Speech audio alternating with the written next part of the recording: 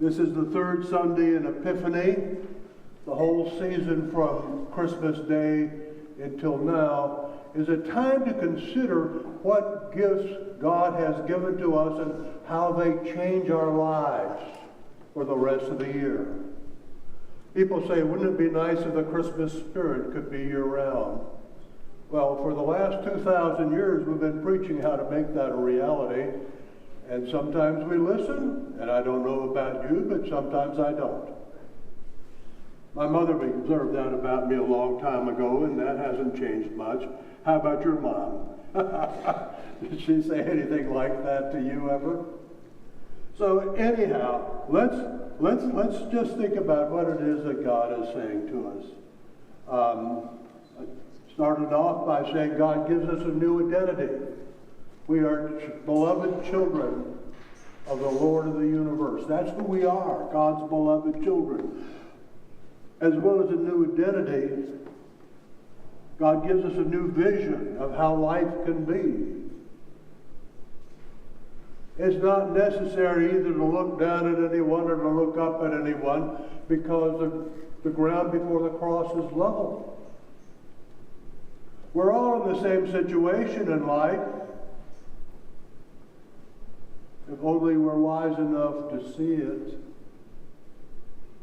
And so we come together in a place where we can just be God's children, looking for a way to live life in a way that is worthy of God's love and which builds other people up. The gift of the Spirit is the gift of humility, but also the gift of hope based on the kindness of God. And you know, we're also given the gift of a new vision of how we can be. And we're given the gift of a new power to change. Most of us know there's something about us that everybody would be better off if we were to stop.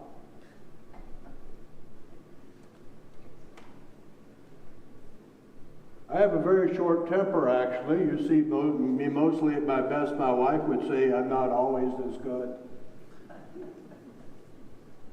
And I've asked you for your forgiveness before, and I'm going to stand right here in front of God and everybody and ask for it again, because I snap at you and I'm not happy. And you don't deserve it. I'd like to think that I'm better than I was, and I probably am, but I'm not all that great. Isn't it nice to be someplace where you don't have to be all that great? You can just be you, and you know that you're with people who understand. Because this gift, the Spirit also gives us another gift, and I'm going to look at that today. It gives us the gift of each other. It gives us the gift of the church. Now, when Paul was writing these words about how we rise up and we're built together and we become a dwelling in which God lives by the Spirit, there were no church buildings. There were no trustees. They met in people's homes. They met outside the walls. In Rome, they had to meet in the sewers, because what they did was illegal. You weren't allowed to worship anyone except the Roman gods in Rome, so they went down underground. The church is us, the family of God.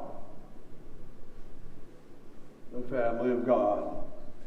And the people who tell themselves or say to each other, you know, you can be a Christian and not go to church. Well, you can be a Christian and not come to buildings, but you cannot be Christians without the church. Because the church is a fellowship in which we learn, in which we serve one another, and in which we are supported and lifted up. Church is a fellowship in which we learn. I don't know about you, but I learn something most every day.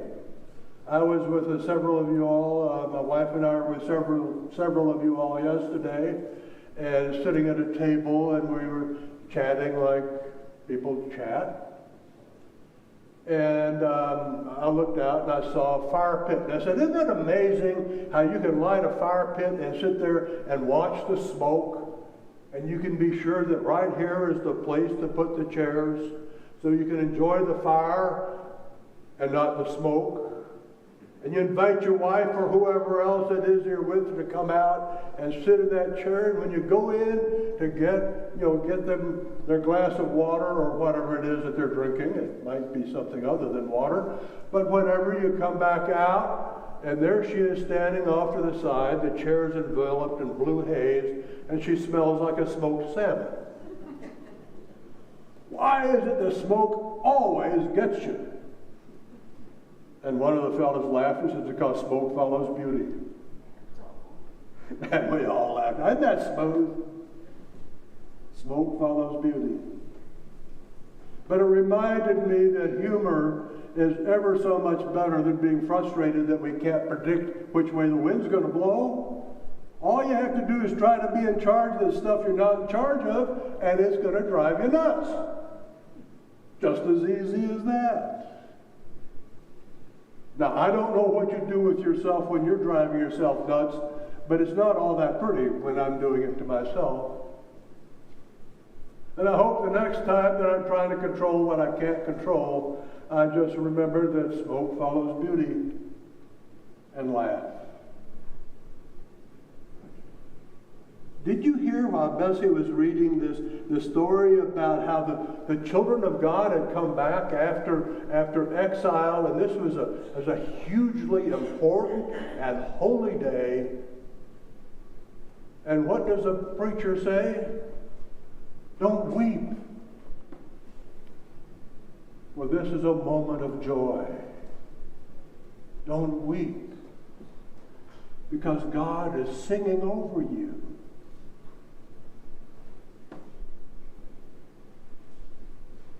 Church is a place of learning.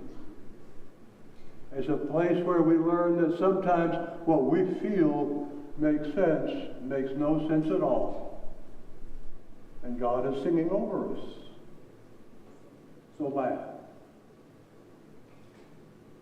Wouldn't everybody be better off if we laughed more and fussed less? I think so. I know so. Church is also a place where we learn to serve.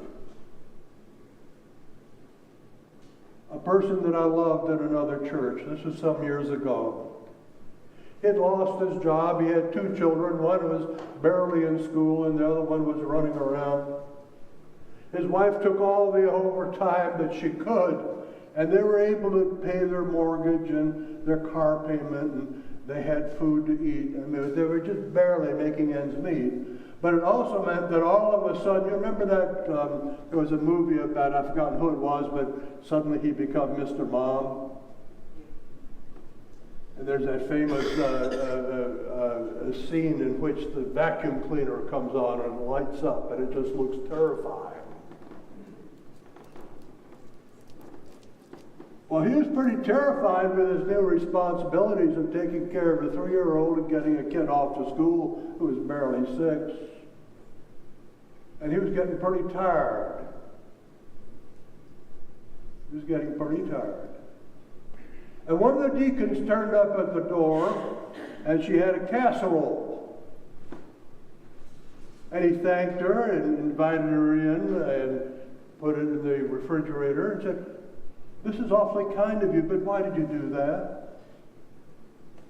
And she said, "Well, a number of years ago, my husband lost his job, and I took all the overtime that I could get. And we had 3 children at home, and he was exhausted. He didn't always have time to do everything that he wanted to do.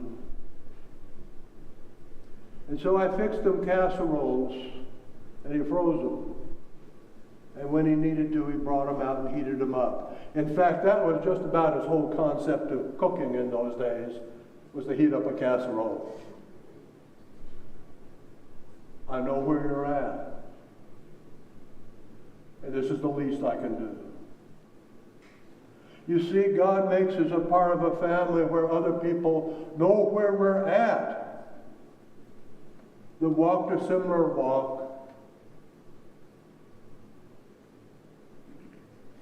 And they know the kindness of others in their life. And so they give back what they've received. We all have a need to serve because we have all received grace from other people. And we just know there's something right about it. This is a place where we learn, a place where we give and we receive. Because we're family. You just heard these words from Paul. You're no longer foreigners and strangers, but fellow citizens with God's people and also members of his household. And we need the household. And sometimes we need support. Have you ever needed support? I don't. Of course you have. And so have I. Kevin, you asked me to pray for Bea last week, so I gave her a call. I figured if you asked me to pray for her, you knew something I didn't know. He's not the only one here who knew something I didn't know and gave me a call. And I really appreciate every one of you who have helped me to love. So I called Bea up and we had a good chat. It wasn't an easy chat. She's not in an easy moment in her life. But it was a good chat because Bea, among other things, is determined to make the best use out of every day that she has, even though sometimes it's hard. And she told me she'd had 6 hours of continuous sleep for the first time in over a week, and she was feeling so much better that day. Yeah, it's a beautiful thing to call someone up when they're having a good day. We need to share the good, that helps to build it. That's a kind of support we don't always think about. People need to share the good in their life. It picks us both up. And when she asked me, Jamie, make sure that those prayer warriors at First Church keep on praying for me. I close my eyes and I can see the shadows, but I can close my eyes and I see the angels. And sometimes I just know that one or another of you are praying for me. And it gives me strength. You know the shadows?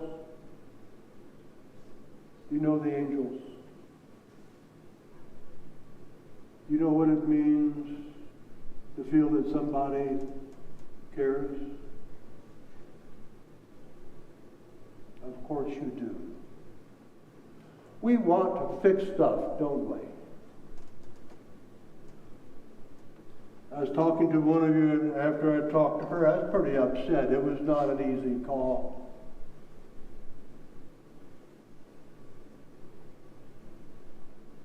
And I said, don't you ever feel like just grabbing one of your husband's screwdrivers and going, it's like, Bea, give me your belly button. I'm going to make this adjustment, and everything's going to be okay. And she laughed and said, yeah, I sure do. See, in that moment, I needed your support. And that's what we do. Because God has knit us together and made us family. And we don't have to be strong enough to handle all of life. Because we can borrow each other's strength when we need it. It's just not possible to follow Christ without the family. First thing he did is he gathered together 12 apostles. And then the next thing you know, he had a family of 72 that traveled with him. If Jesus couldn't make it without family, we can't. And it's just silly. I think the thought comes from not being sure that we want to trust other people with our heart. Does anyone here have trouble sharing their heart with someone else? I know I do. Sometimes I shared my heart with people and it was okay, and sometimes it wasn't. So I'm shy about that.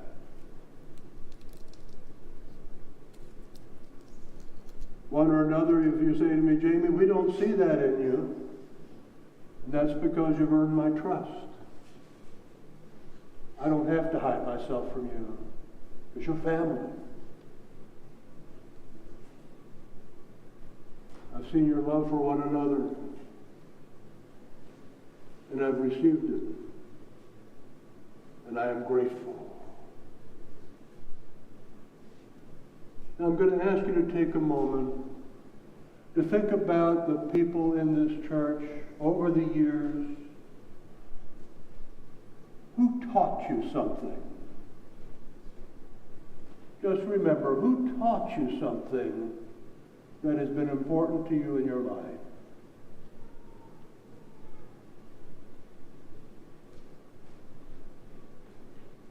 Maybe it was in this church family, maybe it was in another church family.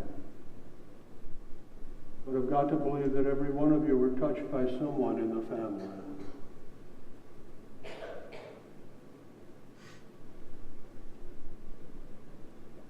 As you remember them and what it was that they taught you, thank God for that person, for your sister or your brother who taught you something.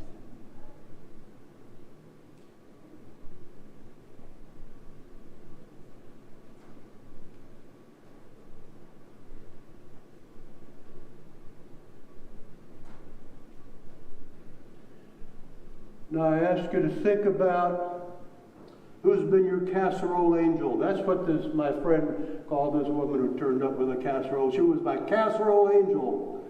Well, maybe you never needed a casserole, and maybe you never had an angel, a casserole angel, but you had somebody turn up, make a phone call, ring your doorbell, walk in at just the right moment. You're just the right person. Think back. Who's been an angel in your life?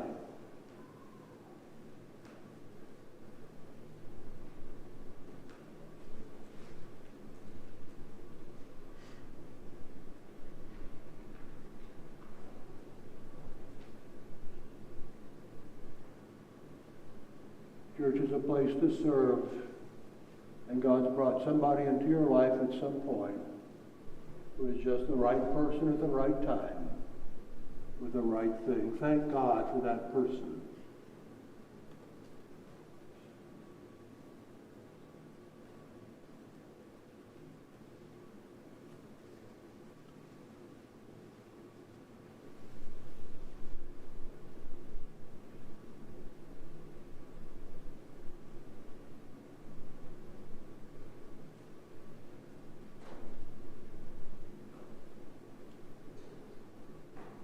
Who has brought you support when you needed it? Someone who knew you and understood you. And you know it's always difficult for people to reach out when you're going through a hard time. But they did. They put themselves aside. They reached out to you.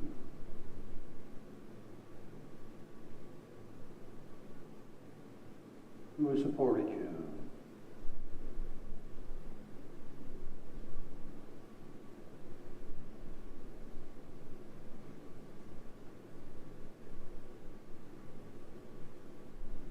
Thank God for that person.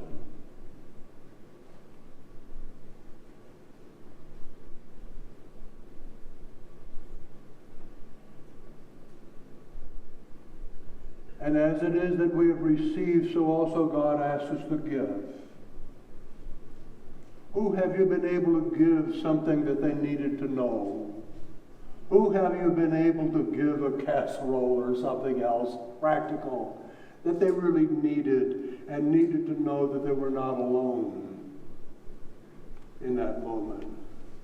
And who has God allowed you to be a support to and lift up?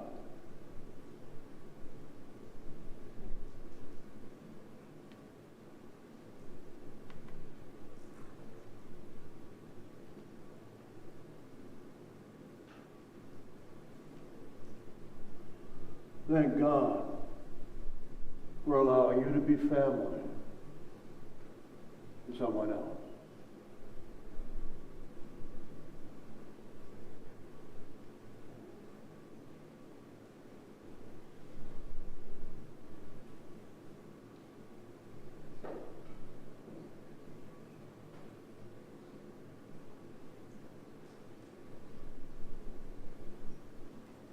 Let us pray.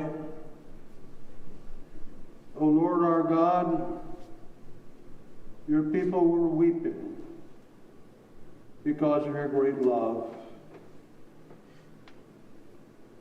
But Ezra and Nehemiah said to them, no, celebrate, for this is a place of joy. This is a time of joy. Because we've heard your words and we've understood our part in your plan for us all. Thank you, O Lord, for making us family, for what we have learned, for how we have been served, and how we've been built up, and how it is that you've led us to do the same things for other people.